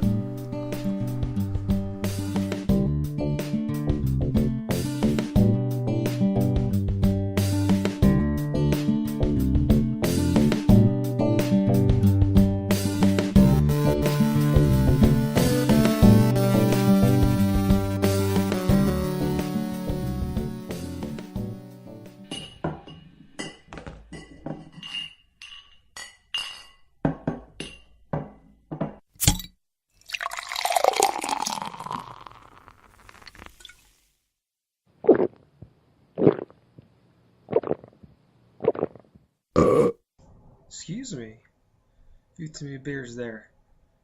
Anyways, we're on iTunes now, so go on there, check us out, and if you like us, leave us a review, and we'll even shout you out. and Jack will send you his credit card number.